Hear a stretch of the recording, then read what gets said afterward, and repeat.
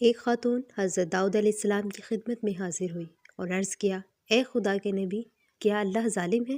حضرت داؤد علیہ السلام نے فرمایا، رب تعالیٰ تو سراسر عدل و انصاف ہے، وہ ذرا برابر بھی کسی پر ظلم نہیں کرتا۔ اس نے کہا، اللہ نے مجھ پر ظلم کیا ہے۔ حضرت داؤد علیہ السلام نے پوچھا، کون سا ظلم کیا ہے؟ اللہ کے ہر کام میں تو حکمت ہوتی ہے۔ وہ کہنے لگی، مجھے تو حکمت نظر نہیں آتی، مجھے تو ظلم لگتا ہے۔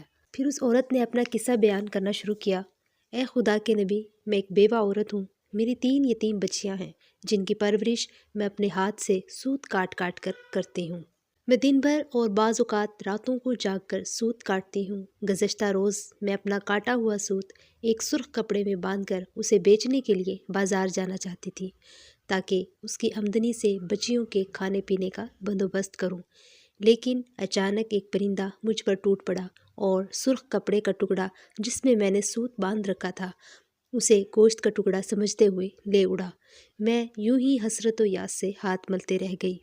اب میرے پاس کچھ نہیں کہ اپنی بچیوں کو کھانا ہی کھلا سکوں۔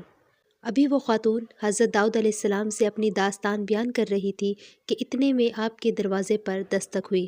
حضرت داؤد علیہ السلام نے آنے والے کو گھر میں داخل ہونے کی اجازت مرحمت فرمائی۔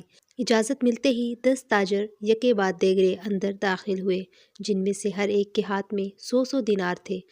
تاجروں نے عرض کیا، خدا کے نبی، ہمارے ان دیناروں کو ان کے مستحق تک پہنچا دیں۔ حضرت داؤد علیہ السلام نے پوچھا، میرے پاس یہ مال حاضر کرنے کا سبب کیا ہے؟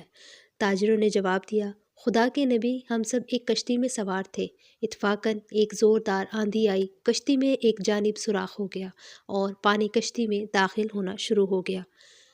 موت ہمیں سامنے نظر آ رہی تھی۔ ہم نے نظر مانی کہ اگر رب تعالیٰ ہمیں اس طوفان سے نجات دے دے تو ہر شخص 100 دینار صدقہ کرے گا۔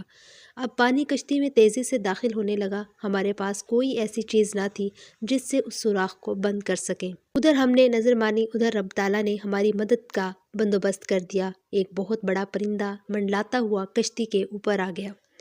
اس کے پنجے میں ایک سرخ رنگ کی پوٹلی تھی۔ اس نے دیکھتے ہی دیکھتے پوٹلی کشتی میں پھینک دی۔ ہم نے لپک کر اس پوٹلی کو پکڑا، اس میں کاٹا ہوا سوت تھا۔ ہم نے فوراً اس سے کشتی کا سوراخ بند کیا اور اس میں داخل شدہ پانی کو ہاتھوں سے باہر پھینکا۔ تھوڑی دیر بعد طوفان تھم گیا اور یوں ہم موت کے منہ سے واپس آئے ہیں۔ اب یہ صدقے کی رقم آپ کے ہاتھوں میں ہے، آپ جسے چاہیں اسے دے دیں۔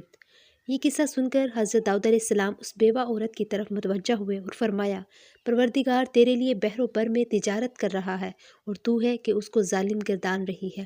پھر آپ نے وہ دینار اس خاتون کے حوالے کرتے ہوئے فرمایا، جاؤ انہیں اپنی بچیوں پر خرچ کرو۔ سبحان اللہ۔